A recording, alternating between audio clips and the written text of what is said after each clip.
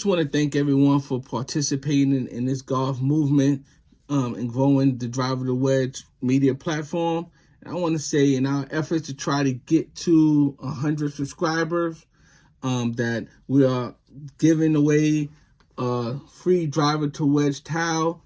When we reach 100 subscribers, we'll take at random someone who either left a comment, left a thumbs up, preferably if you leave a comment in the description. At our 100 subscriber plateau, we'll select someone at random based on the comment that they gave or somewhere in which they identified themselves as who they are. We'll reach out to them, get their mailing address, and ship them a Driver to Wedge bag towel, club cleaning towel. We have 4 different colors. We have the silver, we have the blue, we have the orange, and we have the green. And I'm pretty sure that this can be useful and match in any one of your bags that you may carry. So come on, help us get to this. Reach our 100 subscriber plateau, and this can be yours. One of the Driver to Wedge bag towels. Thank you for those who support, for those who comment, and for those who share. We really appreciate you guys. And remember, golf is not a sport, but it's a culture. And if you want to get better at golf, let's try to get better in life.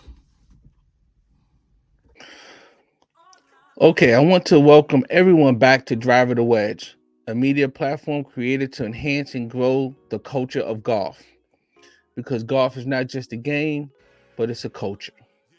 So I want to salute everyone who has decided to log on with be a part of this continual platform growth of Driver to Wedge, which the goal is to enhance and grow the culture of golf. Because as we like to say, golf is just not a game, but it's a culture.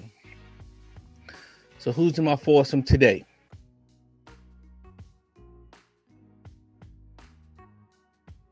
Today, who's in my foursome is Charles Cornell, aka Big Turk from the Bronx. BX, salute to you, big bro. Curtis Burden from Albany, New York, currently residing in North Carolina. Do your thing, boy. You're in my foursome today. And Lamar David from Albany, New York. Little bro, happy to watch it grow. Thank you for supporting the movement, supporting the channel, and hopefully one day I can get you out on the course. So salute to you as well.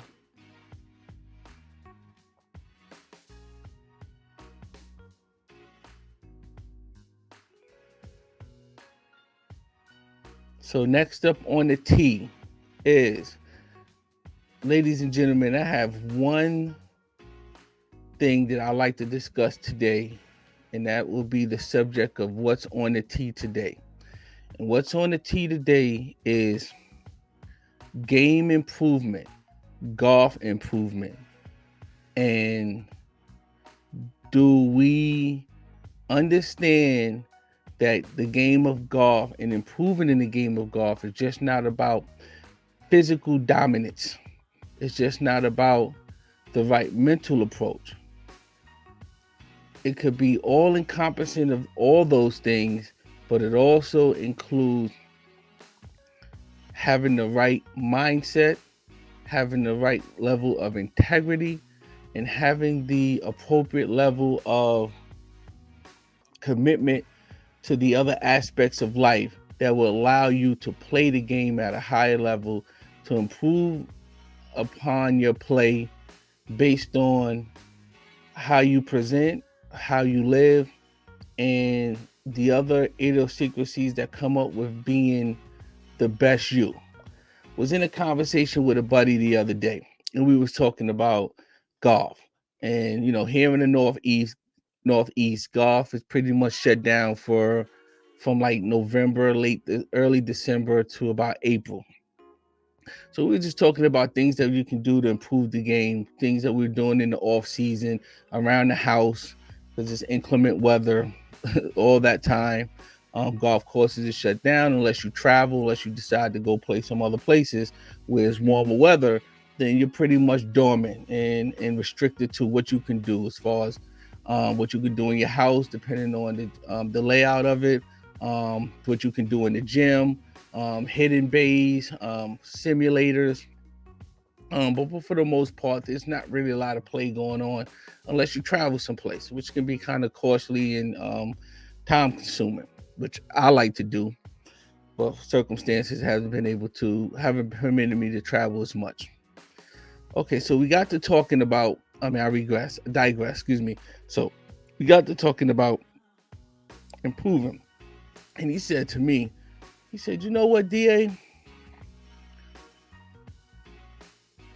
I've never known a person that got better at golf with a messed up life. And it kind of took me aback. I had to pause for a moment, because of course I haven't been playing a long time, approximately about 10 years, but he's been playing over 25 years. So he's seen a lot more as it relates to golf as I have. So I asked him to expand on that. He said most of the good golfers that we play with or that we hear about, that's not on the PGA tour or playing at the highest level, but just within our local community and within our fellowship spaces, he said most of those golfers who play well are people who have their stuff together, in terms of how they live their life, their commitment to their community, their commitment to doing well within their family structure, within their profession, within their social interactions. He said, yeah, there are some exceptions, but he said, what I realize is, and it was something that he said I picked up on, but that he wanted to share with me. And I said, what was that? He said, a mentor of his told him at one time, if you want to get better at golf, try to get better in life. And I thought that was an extreme, profound statement. And it made me think, it made me begin to do some introspection and some self-reflection in terms of, is how I'm living life and the things that I associate with, is it translating to my improvement in other areas of my life, in particularly in golf. And he said, and he had a funny joke about it. He said it reminds him of Whoopi Goldberg in The Color Purple, when she pulled out the knife and said to man, I can't think of his name, but played by Danny Glover, and he said, until you do right by me, nothing you touch is going to turn out or be of any good, or something of that nature. Excuse me if I'm misquoting it, but if you know the actual quote, please put a comment in the chat, leave a note, just to correct it. But he said golf is just like that, and we like to associate it with being the golf gods. Don't curse the golf gods. He said, but that's how golf is. And that just made me begin to think that until we start to do right in all aspects of our life, and in many of the aspects of our life that are paramount, that it's going to be hard to slow the brain down, slow the emotion down, slow the intentional, purposeful things that golf require us to pay attention to detail in order to get better, to play better. So it just made me start to think. So I asked him, I asked him, give me some examples of that. He said, listen, man, he said, if you're a bad man, if you're not a man of integrity, if you make bad decisions, he said, if you go to work late and leave early, if you Step out on your relationship. If you are abandoning your responsibility with your kids and your family, if you're not upstanding in your community, he said, if you conduct yourself in non-integrity, um, integritable ways in terms of doing things that only you know you did wrong, or only you know that you should not have done, then golf has a way of evening that score, so to speak. And he said, I'm not trying to put it on the same scale of infidelity or abuse in terms of interpersonal relationships and things of that nature. But he said it finds its way. It finds a way to right certain wrongs. You don't play as well. You hit bad shots. You may get injured or some capacity. But I just thought that was a profound statement that he made, and I would like for you guys to help expand on that. Give me your feedback, your opinion, or your thought process in terms of that statement.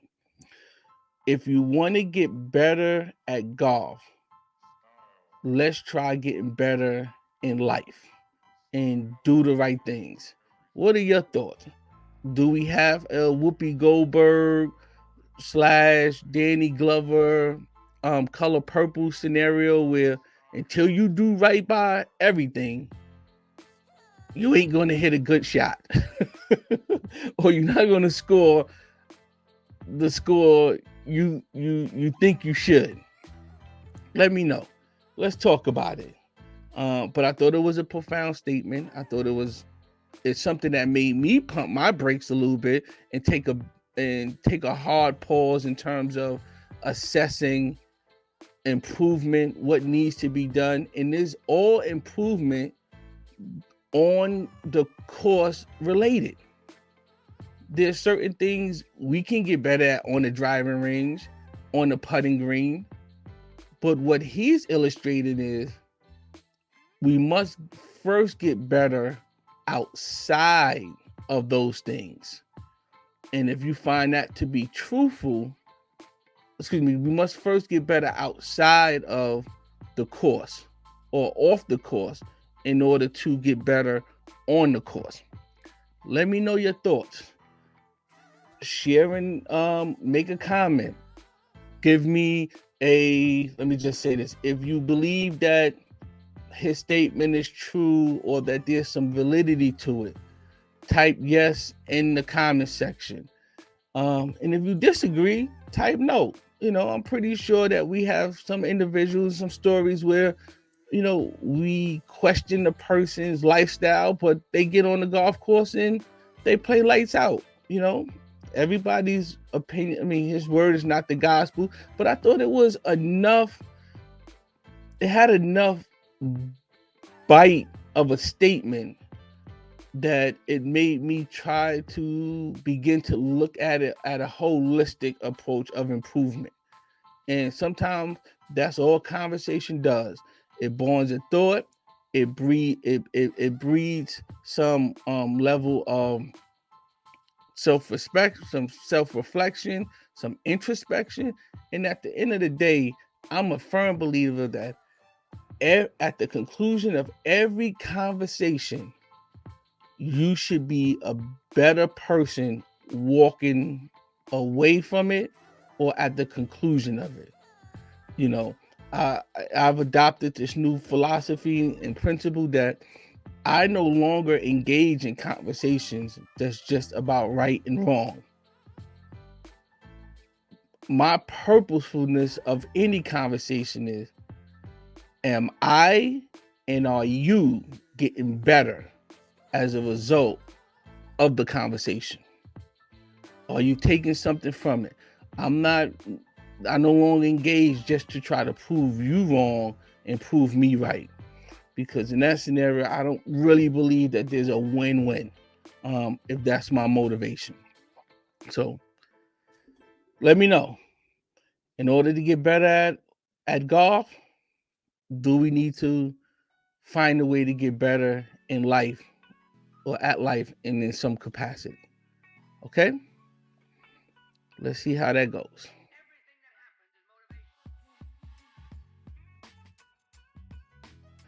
Okay. So, in another conversation I was having, a buddy of mine who is a very good golfer made a suggestion for me, and he gave me some readings. He said, "You know, D, I know you down for the off season, but I'm gonna suggest you read something that's going to help you grow your game, and and give you some insight and some information that he utilizes and that he swears by." And he say that at some point 2 or 3 times during the year he picks this book up, and probably for the last 15 years he's been able to get something out of the book that he missed the last 20 times that he read.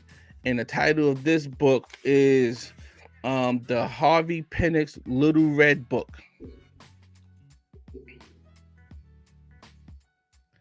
So I just thought I'll share that with you. I picked this book up probably a couple weeks ago, and I began to read it. Very insightful. Um, I recommend it. I haven't concluded it yet because um, I kind of take my time when I'm reading things, because I like to ingest the information the best I can, especially if it's from a learning standpoint. I don't just want to breeze by it, read fast just to say I read it and get done with it. I want to be able to read, reflect on it, see how I can incorporate it into my life, into my game, into my daily activities, in order to for it to be as purposeful as it's intended to be. So I thought that I'll read, you know, in some parts of our engagement as far as on Drive the Wedge, I'll read some excerpts from it with the hopes that who's listening to and viewing this podcast and this content on this media platform, so they can gain some information. For those who don't have the book, there may be some individuals who's not privy or have the opportunity to ascertain or obtain this publication. So I thought I'll be able to share this in the best of my ability on our platform. Okay. So this is a big introduction. He has a lot of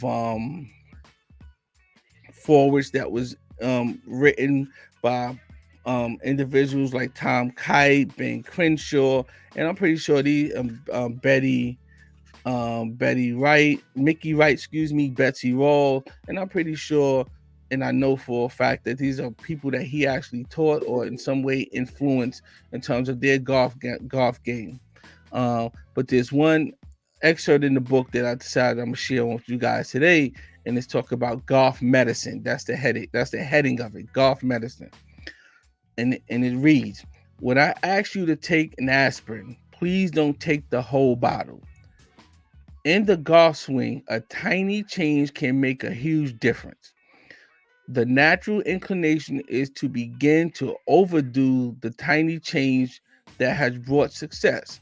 So you exaggerate in the effort to improve even more, and soon you are lost and confused again. Lessons are not to take the place of practice, but to make practice worthwhile. And that's an excerpt out of Harvey Penick's Little Red Book, and that excerpt was titled Golf Medicine. So what I gathered here is he was indicating that do things in small increments. Sometimes in our quest and our desire to get better, we tend to start to see some semblance of change, some semblance of improvement, and we go from 0 to 100 in a short amount of time. But what I'm gathering from here, and if you gather something different, then by all means, you know, let us know, leave a comment, is that take small steps to achieve big gains. You don't need to overhaul things in a large or grand capacity. Because sometimes when we do that, then we throw everything off: timing, rhythm, pace, functionality, outcomes. So that's what I gather from that, and I hope that you can gather something from this publication, the Harvey Penick's Little Red Book, in terms of golf medicine, an excerpt where he said that we don't need to go to an extreme when we're working to improve upon our game. Okay, that sounds good to me.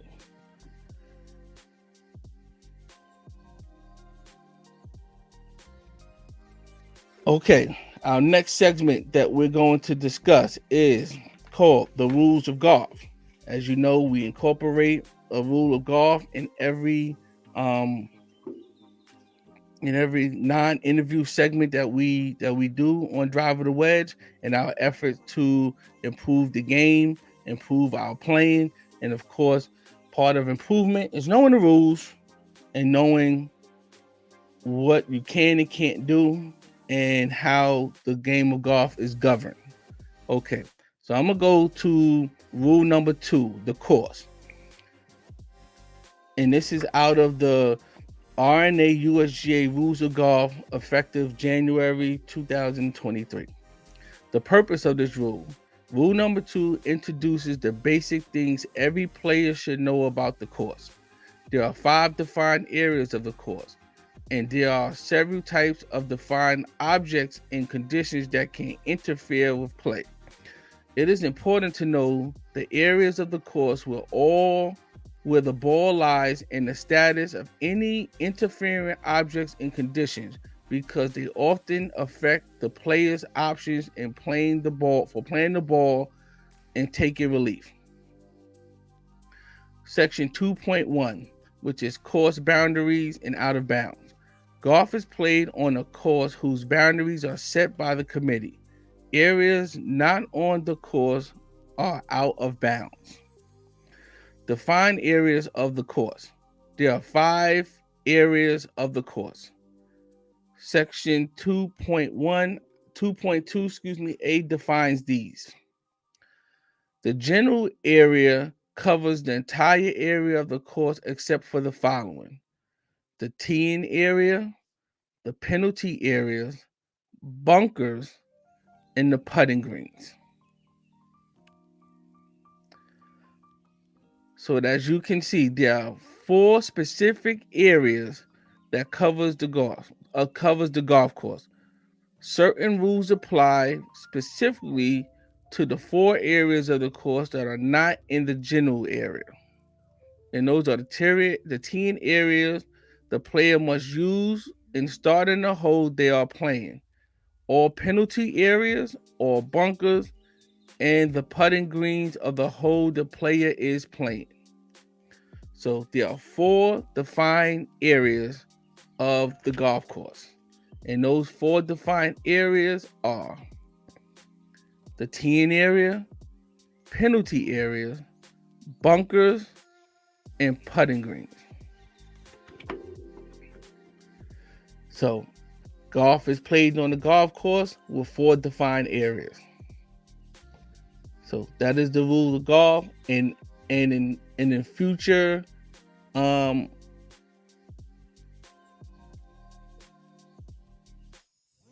videos, we will go deeper into what is those areas, what is your options in those areas, and how you can play different shots, or how those conditions may affect pace of play, as well as scoring opportunities and or breaches of rules or infractions. Okay, so that concludes this segment of Driver to Wedge. I want to thank everyone for sharing in this experience to grow the golf culture. I humbly ask that if you like and benefit from Driver to Wedge content, that you subscribe, like, and share. And I sign off by saying, if you want to get better in golf, let's get better in life. So I want to salute everyone for participating, and no matter what transpired throughout your day, throughout your life, there's one thing I like to say: we still got golf.